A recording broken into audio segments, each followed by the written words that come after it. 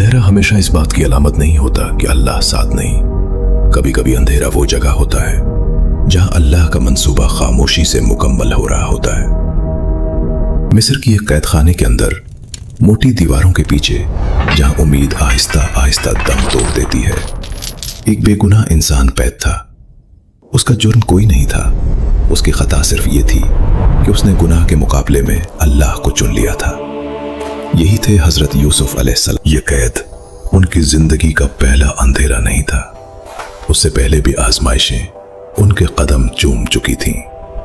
बचपन में अल्लाह ने उन्हें ख्वाब दिखाया। 11 सितारे, सूरज और चांद उनके सामने सजदा कर रहे थे।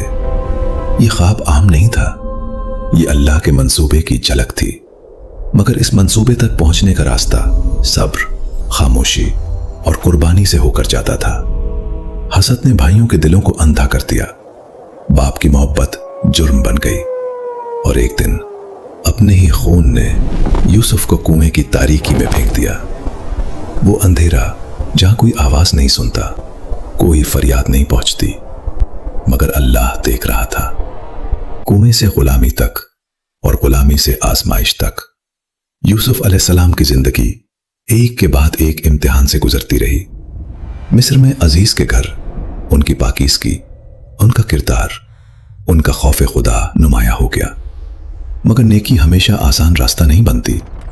कभी कभी नेकी इंसान को आजमाइश के दहाने पर ला खड़ा करती है। जब यूसुफ अलैहिस्सलाम ने गुनाह से इनकार किया तो इल्जाम उन पर आ गया, सच दब गया, इंसाफ खामोश रहा और यूं एक बेगुनाह नबी कैद खाने में डाल दिया गया।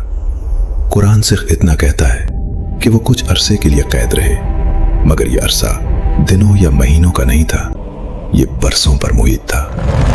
बरसों की खामोशी, बरसों की तन्हाई, बरसों का इंतजार।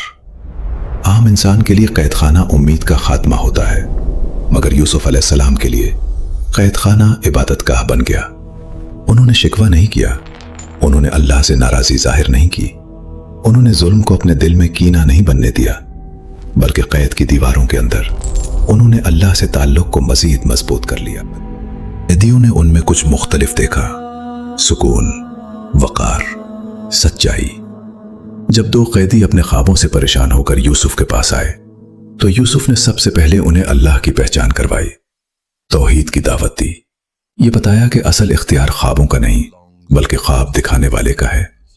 फिर अल्लाह के अता करदा इल्म से उन्होंने ख्वाबों की दुरुस्त ताबीर बताई। एक कैदी आजाद हुआ, दूसरा सजा का शिकार हुआ। सब कुछ वैसा ही हुआ जैसा कहा गया था। आजाद होने वाले से यूसुफ ने एक बात कही कि बादशाह के सामने उनका जिक्र कर देना ताकि बेगुनाही वाज़े हो जाए। मगर इंसान भूल जाता है और वो कैदी भी भूल गया। दिन गुजरते गए, महीने सालों में बदल गए, कैद खाने के दरवाजे बंद रहे। ये अल्लाह की गफलत नहीं थी, ये अल्लाह की तैयारी थी। फिर एक रात मिस्र के बादशाह ने एक ख्वाब देखा, एक ऐसा ख्वाब जिसने उसकी नींद छीन ली। 7 मोटी गायें 7 दुबली गायों के हाथों खाई जा रही थीं, 7 हरी बालियां और 7 सूखी। कोई उसकी ताबीर न बता सका। तब एक याद लौट आई।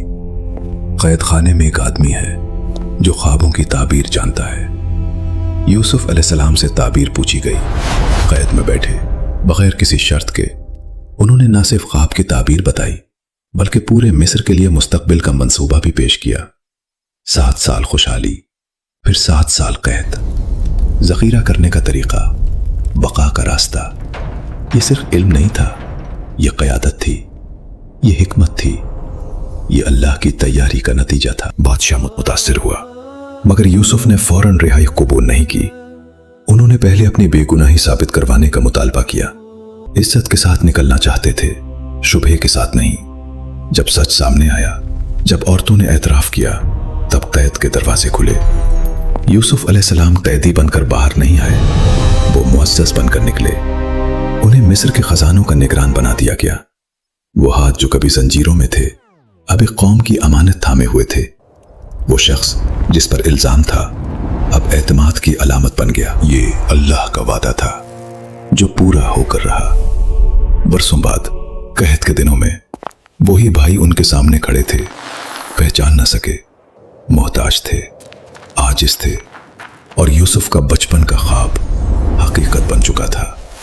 ये कहानी सिर्फ सब्र की नहीं, ये यकीन की है।